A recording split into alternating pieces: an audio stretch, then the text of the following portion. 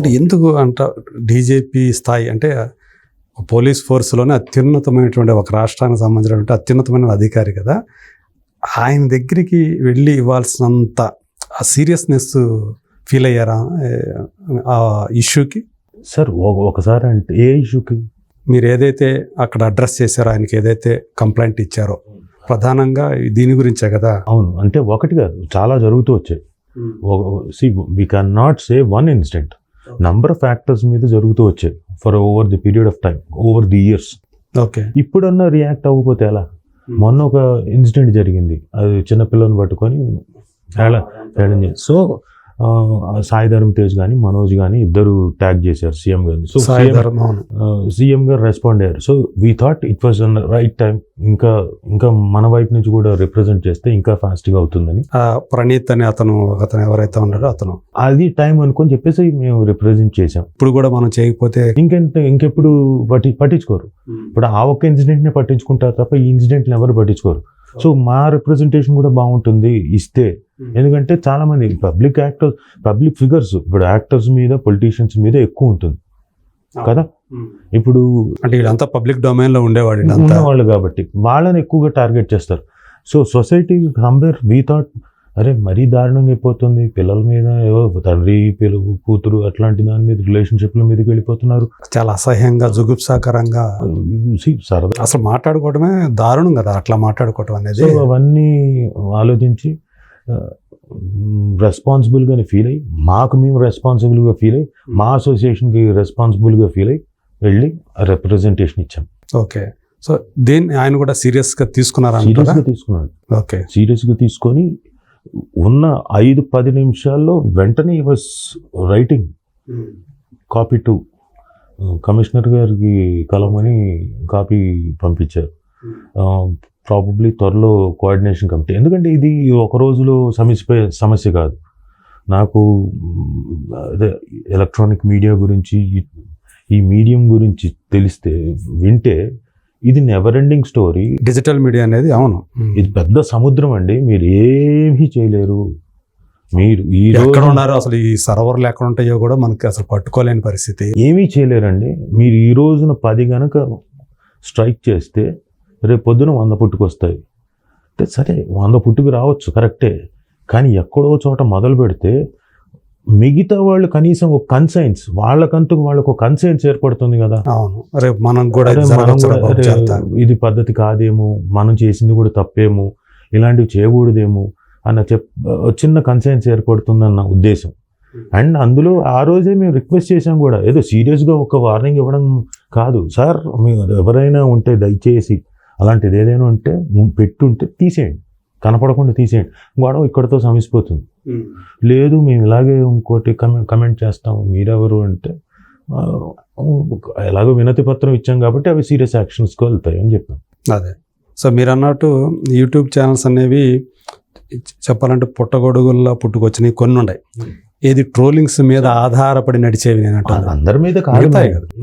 ఇప్పుడు మీరు పెట్టింది కూడా ఎవరైతే అభ్యంతరకరంగా ట్రోల్ చేస్తున్నారో, మా ఫోటో మార్ఫింగ్ చేసి, ఇమేజెస్ మార్ఫింగ్ చేసి వాళ్ళ కంటెంట్కి అవి వాడుకుంటున్నారు. అదే ఆడవాళ్ళకి ఎక్కువైంది. అవును, మగవాళ్ళకి కూడా ఏం తక్కువ లేదు, వాళ్ళకే ఎక్కువైంది. అనవసరంగా ఒక్కొక్క హీరోయిన్ ఎందుకు ట్రోల్ చేస్తున్నారో తెలియదు. ఒక సినిమాకి అది ఎఫెక్ట్ అయిపోతుంది. ఆ ట్రోల్ కాస్త ఒక హీరో మీద ట్రోల్ కాస్త ఆ సినిమాకి ఎఫెక్ట్ అయ్యి బాగున్న సినిమా కూడా రావాల్సిన ఆశించినంత ఆడకపోవడం, ఇంకోటి అకారణంగా ఇంకో సినిమా మీదకి ట్రోల్ చేయడం, ఏదో ఆగిపోయింది సినిమా అని చెప్పేసి ఇట్లా జరుగుతున్నాయి. అది మనకు నిజంగా అవునో కాదో తెలియదు. అదే వాళ్ళు వచ్చి అనౌన్స్ చేసేంత వరకు తెలియదు కదా, బట్ స్టార్ట్ అయిపోతుంది, దాని మీద చర్చలు అవుతున్నాయి. సో ఇట్లాంటివి రేపు పొద్దున ప్రొడ్యూసర్స్కి ఎఫెక్ట్ అవుతుంది కదా, వాళ్ళకేంటి బిజినెస్ ఎఫెక్ట్ అయిపోతుంది కదా. పొద్దున ఎవరైనా బయ్యర్లు కొందాము ఆ పలానా డేట్కి వస్తారనుకున్న వాళ్ళకి ఇబ్బంది అవ్వదా? సరే మీకేంటి సంబంధం, మీరు మూవీ ఆర్టిస్ట్ అసోసియేషన్ కదా, వాళ్ళ తరఫు మీరెందుకు అనొచ్చు, కానీ నేను ఒక ఆర్టిస్ట్ని కదా. సో ఇప్పుడు రేపు పొద్దున్న ప్రొడ్యూసర్కి ఏమైనా ఇబ్బంది అయిందని మాకు కూడా బాధ అనిపిస్తుంది కదా. మాకు ఛాన్స్ ఇచ్చినా ఇవ్వకపోయినా, అరే ఒక పెద్ద ప్రొడ్యూసరు చేస్తే 1000 మంది బతుకుతారు, 1000 మంది. కరెక్టే. ఇండైరెక్ట్గా చెప్పాలంటే ఒక 15,000 to 20,000 ఫ్యామిలీస్ బతికేవాళ్ళు రోజు. అలాంటిది ఇబ్బంది అవుతుంది కదా సార్. పెద్ద సినిమా అంటే ఇంకెంత. అదే కాకపోతే ఇక్కడ ఒకటి మీరు అక్కడికి ఇవ్వటం కూడా అది కూడా కొంతమంది ట్రోల్ చేశారు. ఎందుకంటే ఇది మంచు ఫ్యామిలీని టార్గెట్ చేసుకొని ఎక్కువ మంది ట్రోల్ చేస్తున్నారు కాబట్టి విష్ణు ఇలా పంపించాడు అని చెప్పేసి కూడా అట్లా కూడా దాన్ని. సార్ మేము వెళ్ళింది మా అసోసియేషన్, అందులో మంచు విష్ణు గారు కూడా ఇంక్లూడెడ్. ఆయన కూడా పరిరక్షించడం మా బాధ్యత కాబట్టి అది కూడా రిప్రజెంట్ అయితే మేము ఆయన ఒక్కడిని రిప్రజెంట్ అసలు ఆయన గురించే మాట్లాడలేదు. ఓకే, మేము ఇన్ జనరల్గా జరుగుతున్న దాని గురించి చెప్పాం. ఓకే, మీరు అలా ఆలోచిస్తే యాక్చువల్గా ఈజ్ ప్రెసిడెంట్ ప్లస్ రిప్రజెంటేషన్లో మా సభ్యుడు కాబట్టి, మా సభ్యుడు కాకపోయినా ఒక ఆర్టిస్ట్ కాబట్టి మాట్లాడాలి. కానీ మేము ఆ రోజు కూడా మాట్లాడలేదు. ఓకే, సో ఎవరు మీ గురించి వ్యక్తిగతంగా అయితే ఎవరి గురించి నో కంప్లైంట్ లాగా చేయలేదు. నో, ఓన్లీ థింగ్స్ ఎక్కడైతే కొన్ని ఉన్నాయో, కొంతమంది యాక్టర్స్, లేడీ యాక్టర్స్ గురించి, కొంతమంది క్యారెక్టర్ యాక్టర్స్ గురించి మాట్లాడారు, వాళ్ళ గురించి. మిగతా ఉంది చూడండి, వ్యక్తిగతం అన్నారు చూడండి, ఆయనంతకు ఆయన వేరే రిప్రజెంటేషన్ ఇచ్చుకున్నాడు. ఓకే, అది వేరు. విష్ణు గారు కూడా ఇచ్చుకున్నారా? ఓకే, ఇక్కడ మళ్ళీ ఏంటంటే ఈ యాక్టర్ల మీద ఏది మీమ్లు చేయాలన్నా మళ్ళీ ఏ బ్రహ్మానందం గారిని ఉపయోగించుకోవటం ఎక్కువగా ఆయనే కదా. ఆయన విష్ణు కూడా ఆ విషయం చెప్పారు, బ్రహ్మానందం గారు నాతో బాధపడ్డారు ఇట్లా చెప్పుకొని ఇలా జరుగుతుందని చెప్పేసి.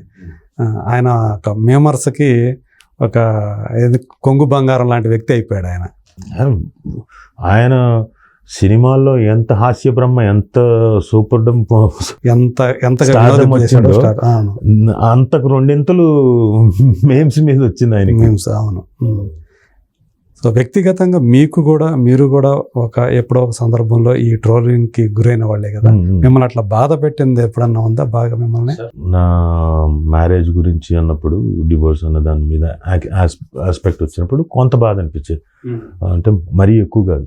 ఇదేంటిది ఒకళ్ళు బట్టి ఇంకోళ్ళు బట్టి అసలు ఏం తెలియకుండా ఇంకోళ్ళు రాసేస్తున్నారు ఏంటి, సరే మనం మాట్లాడితే మళ్ళీ ఇబ్బంది అవుతుందిలే అనుకొని మాట్లాడలేదు ఆ టైంలో.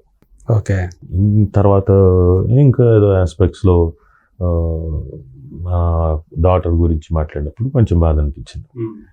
ఏం సంబంధం లేదు, ఇండస్ట్రీకి సంబంధం లేదు, ఇంకోటి సంబంధం, యాక్టర్స్ కాదు, పబ్లిక్ డొమైన్లో లేదు, ఇంకోటి కాదు, రాయడం ఏంటి తప్పు కదా, కమెంట్ చేయడం ఏంటి తప్పు కదా. అదే ఏదో అంటే కలర్ గురించో దేని గురించి చేసినట్టు అట్లా ఈ రోజుల్లో కూడా అంత దాని గురించి మాట్లాడే కలర్ డిస్క్రిమినేషన్ అంటూ తీసుకొచ్చేసి ఇది అంతా నిజంగానే మనం ఎక్కడికి వెళ్తున్నాము అన్నట్టుగానే. ఎక్కడికి వెళ్ళడం ఏంటి, వెనక్కి వెళ్తున్నాం.